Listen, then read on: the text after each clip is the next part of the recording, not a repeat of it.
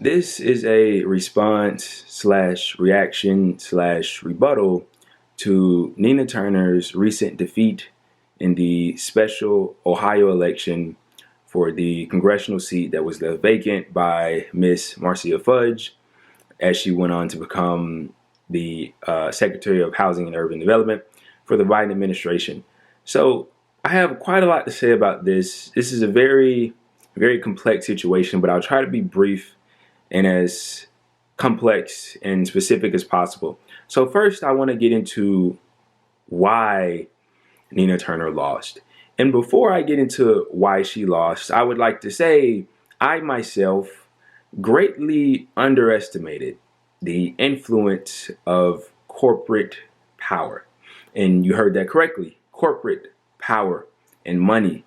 The seat of the 11th District of Ohio was essentially bought by Shontel Brown and her backers.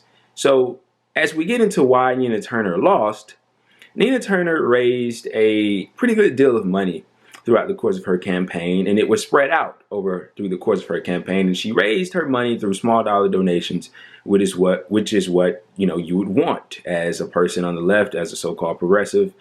You would want your candidates, people that you support, people that you donate to raise money through small dollar donations, because that's the most genuine way to do it, and that's the most uncorrupt way to do it.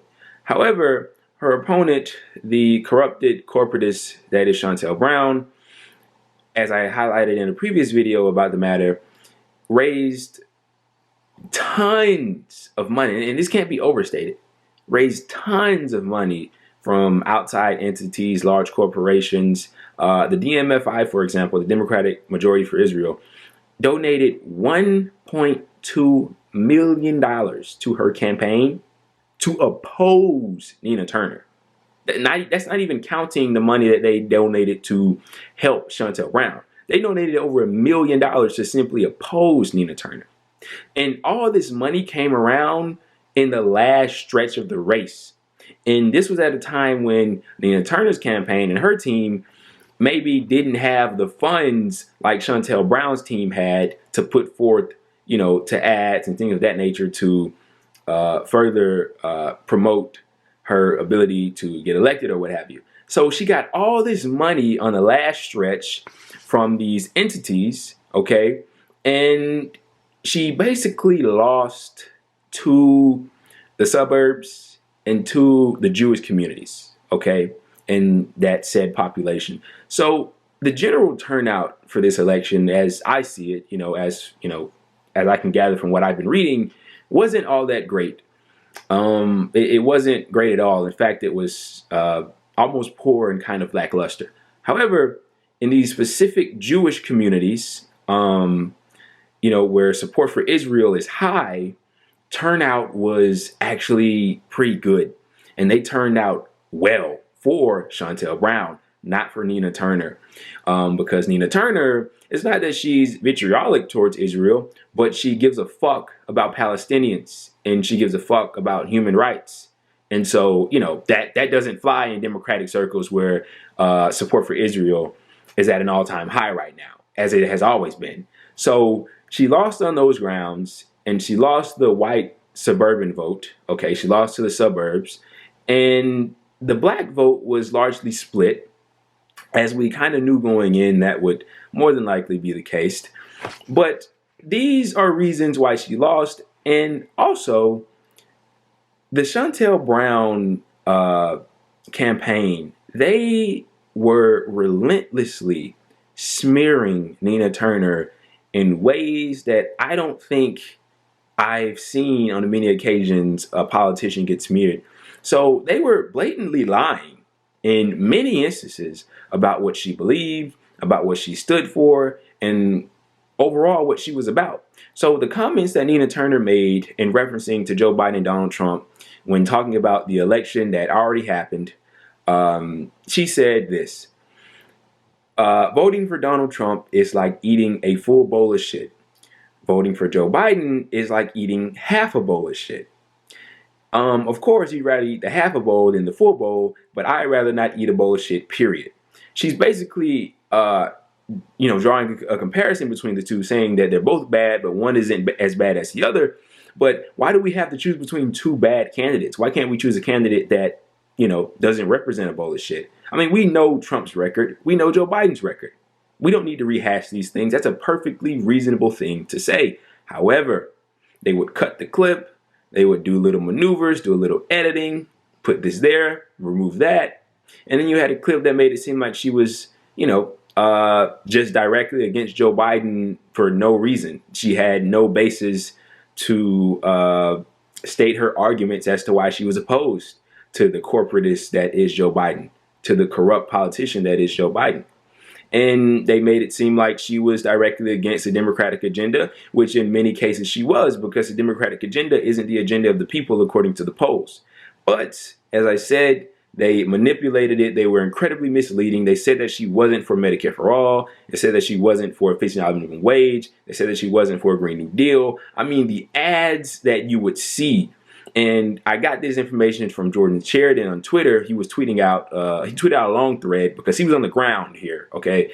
And so he said that there were billboards everywhere maligning Nina Turner, just lies. Not even, of course they're not going to tell the truth about her, because the truth will make people actually want to vote for her.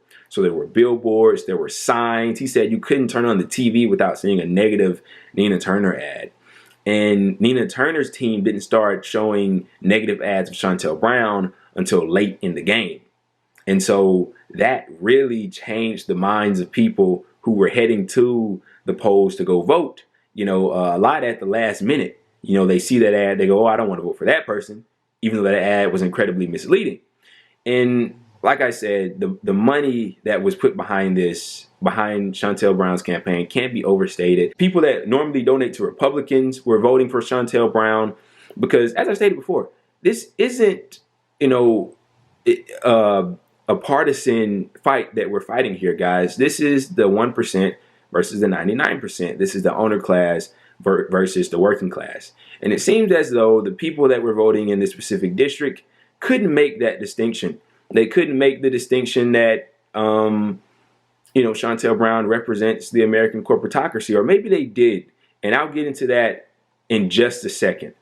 But what I want to do now is talk about how I felt about the election and how I'm sure a lot of people felt after getting the results. So when I heard that Nina Turner had lost, when I saw it, I was incredibly depressed. I mean, I'm not going to hide it. I was incredibly sad. I was upset, and I got the feeling of, why does this matter? Why am I doing this? Why do I talk about these things as if we actually have hope? If somebody like Nina Turner can win, a workhorse, somebody that really believes in this stuff, she's works really hard. She was the co-chair of the Bernie campaign. If Nina Turner can't win, then who the fuck can? And I was, going down the path of despair, and I got on Twitter. When you're upset, get on Twitter. And I got on Twitter and I saw all these corporate shills basically trying to spin these absurd arguments and change the narrative and say that, oh, those people, they were working class people. A lot of minorities, is a big African American population there. They don't want Nina Turner. They don't want somebody that's divisive. They don't want somebody that has all these progressive ideas. They want to vote for people like Shontel Brown that's with the Democratic Party. And they were trying to spin this narrative. And they were maligning Nina Turner and maligning her campaign. And of course, you had leaders on the left, David Sirota and others, that would come out, to bat for Nina Turner in her defense, as did many others that support Nina Turner that have a big audience and influence online. But when I saw these corporate shills spewing this nonsense, that invigorated me. It ignited this new determination to absolutely crush these people. I want to see these people get destroyed. I want to see one of their corporate candidates just get wiped out. And we've seen it happen before. We've seen it happen. Okay, there's countless examples. We know that a person like Nina Turner can get elected. I mean, there's an entire squad in Congress. Okay, Bernie Sanders has been a senator for how long? He's the most popular politician in America. We know that lefties can win. And every time they lose, the corporates come out with the same old talking points and say, oh, they're divisive figures. They don't want, the American people don't want this. But that's what I wanted to get into when I said that maybe they knew they were voting for a corporatist, the voters in this district.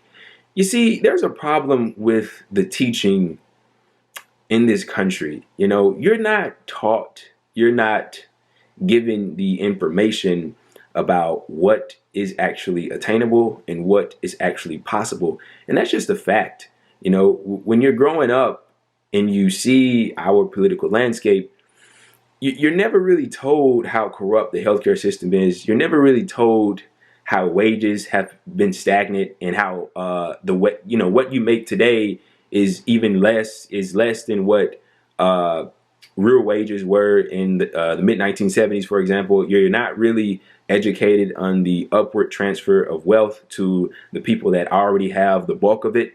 You're not really educated on the corrupted tax system in this country, okay, and how 50 corporations effectively paid $0 in taxes.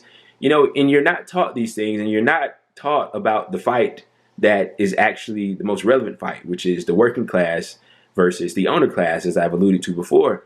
And I basically arrived upon the thought that we really do need to work harder to educate people and to spread the word and let them know what's really happening to them, why they're struggling so hard, and why life may seem so difficult right now. It's because, a lot of Democratic voters now, okay, they see things from a very different perspective as I may see them, or as you may see them, as in quote unquote online lefty, right? They see two parties, right? The Democrats and the Republicans. And if you put yourself in the mind of a Democratic voter, the Republicans are awful. Okay, you're told they're bad every day by MSNBC and sometimes by CNN or whatever. And you don't want to vote Republican, and they're bad. But there's a Democratic Party that doesn't seem to be, that great either, but they're better than the Republicans, even though they may be corporate, right? And you might not understand what that means as a regular run-of-the-mill Democratic voter. You might not understand the weight that word corporate carries, but that there's a party that's just a little bit better than the other party that doesn't really want anything good for you. So you're more than willing to cast that vote for that party, okay, even if that party practices neoliberalism, which attributes to a lot of the problems that those working class Democratic voters face today. And that's what we're presented with. And we have to change the way that they think. And we have to let them know that there is another option. However, with all that being said, the seat was still essentially bought. And we can't overstate how much of an influence the pouring of money had on this election. Now, in my closing statements, I would like to talk about the fact that with Nina Turner's defeat, the corporate Democrats, Joe Biden, Nancy Pelosi, all the rest of them, they just caught a gigantic break. They just got a huge break, man. Nina Turner's not going to be there, at least for the time being. I'll get into that in a second. But they just caught a huge break, because if she was elected, she was going to hold their feet to the fire. Nina Turner's a leader. She's a fire-breathing dragon. She was really going to hold their feet to the fire. And, that would give the institutional left more ammunition, AOC, Ilhan Omar, Cori Bush, and many others, to go to war with the corporate Democrats, because this isn't going to be a peaceful takeover. Okay. And so now they have even more of a reason to sit back and do nothing, because one of their own just got elected, i.e. Shontel Brown. But that just, to me, speaks to the squad and the other lefties, supposed lefties in Congress, the ones that are at least nominally left. You guys got to step up. We just saw Cori Bush do something very amazing, sleeping on the Capitol steps, what I think it was 5 days. And she basically won, and the eviction moratoriums got extended. We need to see things like that more on a more consistent basis, because with Nina Turner not there, those people are going to have to step up. And we see what happens when powerful people do protest, civil disobedience. We just saw what happened with Cori Bush, and it worked. With all that being said, returning to the subject of the money that was poured into Shontel Brown's campaign financing is a huge problem in this country. And I'm sure you know it. we need to publicly fund elections. We need to pass the For the People Act.